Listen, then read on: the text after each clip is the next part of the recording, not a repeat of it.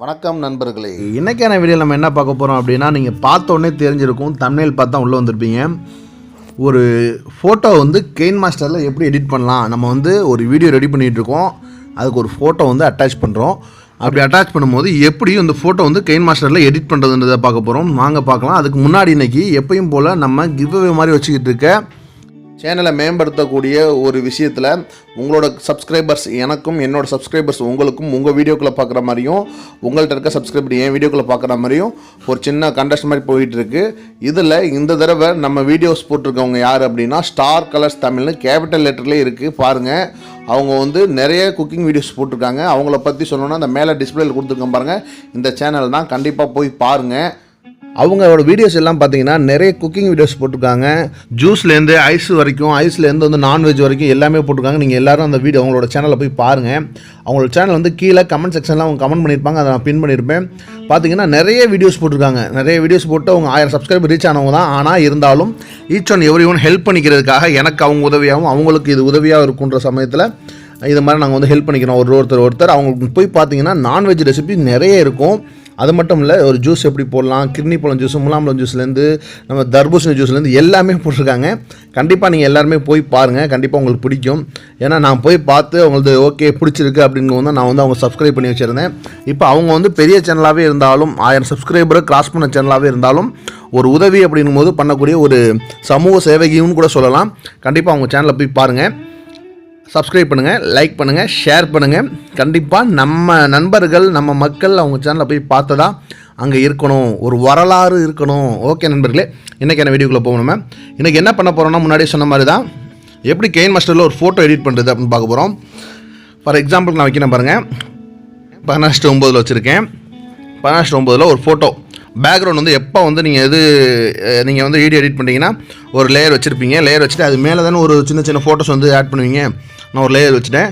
இந்த லேயரில் ஒரு ஃபோட்டோ வந்து ஆட் பண்ணணும் அப்படின்னா, ஒரு ஃபோட்டோ இமேஜ் ஒன்று எடுக்கிறேன் பாருங்கள். ஒரு நல்ல குவாலிட்டி இருக்க மாதிரி ஒரு இமேஜ் வந்து எடுக்கிறேன். அதை இன்னும் குவாலிட்டியாக நம்ம காமிக்கலாம். எப்படி காமிக்கலாம் அப்படின்னா சொல்கிறேன் இருங்க. இப்போ பாருங்கள், இந்த இமேஜ் எடுத்துட்டேன். இமேஜ் பார்க்க சூப்பராக இருக்குது, உங்கள் எல்லாத்துக்குமே தெரியும்னு நினைக்கிறேன். இமேஜ் பார்க்கவே பக்காவாக இருக்குது, சூப்பராக இருக்குது.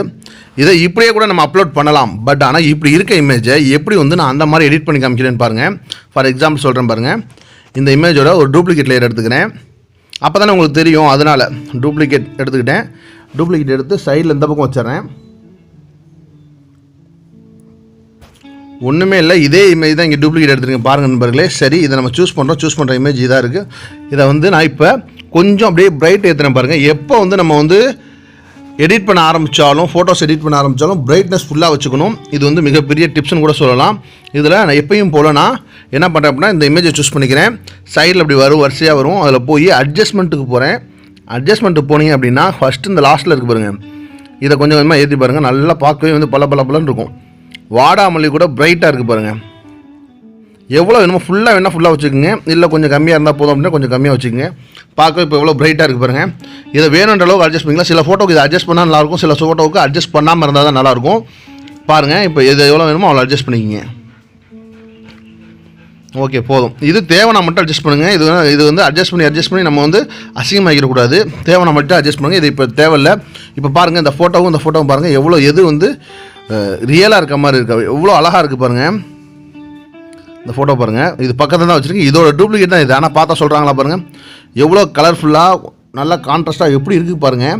ஸோ நண்பர்கள் எல்லாம் இப்படி தான் வந்து ஒரு ஃபோட்டோ வந்து இது மாதிரி எடிட் பண்ணி நம்ம வந்து நல்லா கலர்ஃபுல்லாக கொண்டு வரலாம். இந்த ஃபோட்டோக்கு மட்டும் இல்லை, ஃபார் எக்ஸாம்பிளுக்கு நான் ஒரு ஃபோட்டோ சூஸ் பண்ணியிருக்கேன்.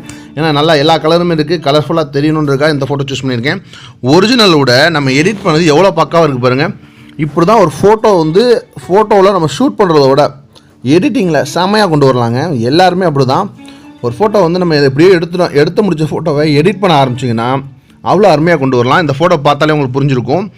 கண்டிப்பாக வந்து நீங்களும் இது மாதிரி ட்ரை பண்ணி பாருங்கள். நல்லா வந்து எடிட் பண்ண வந்து வரும் அப்படின்னு நினைக்கிறேன்.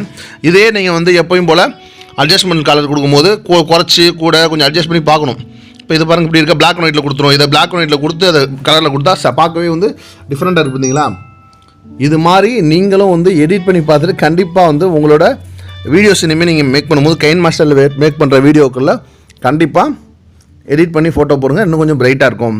இப்படி ஒரு ஃபோட்டோவை நம்ம எடிட் பண்ணி முடித்ததுக்கப்புறம் எப்படி சேவ் பண்ணுறதுன்றது இன்னும் பாதி பேருக்கு தெரியல. ஒரு ஃபோட்டோவை நம்ம எடிட் பண்ணி முடித்தோம் அப்படின்னா அதை ஈஸியாக சேவ் பண்ணலாம்.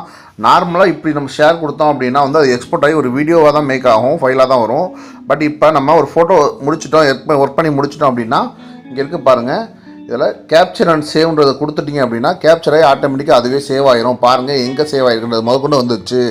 இப்போ ஒரு ஃபோட்டோவை இதில் எடிட் பண்ணி சேவ் பண்ண ஒரு அப்ளிகேஷனாக கூட இதை நம்ம பயன்படுத்திக்கலாம்.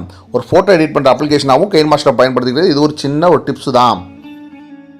எப்பயும் போல் இந்த வீடியோஸ் பிடிச்சிருந்தால் லைக் பண்ணுங்கள், கமெண்ட் பண்ணுங்கள், ஷேர் பண்ணுங்கள். மறக்காமல் நம்ம சேனலை சப்ஸ்கிரைப் பண்ணுங்கள் நண்பர்களே. நன்றி, வணக்கம். ஹாய் வியூவர்ஸ், சப்ஸ்கிரைப் பண்ணுங்க, கீழே உள்ள பெல் ஐகானை கிளிக்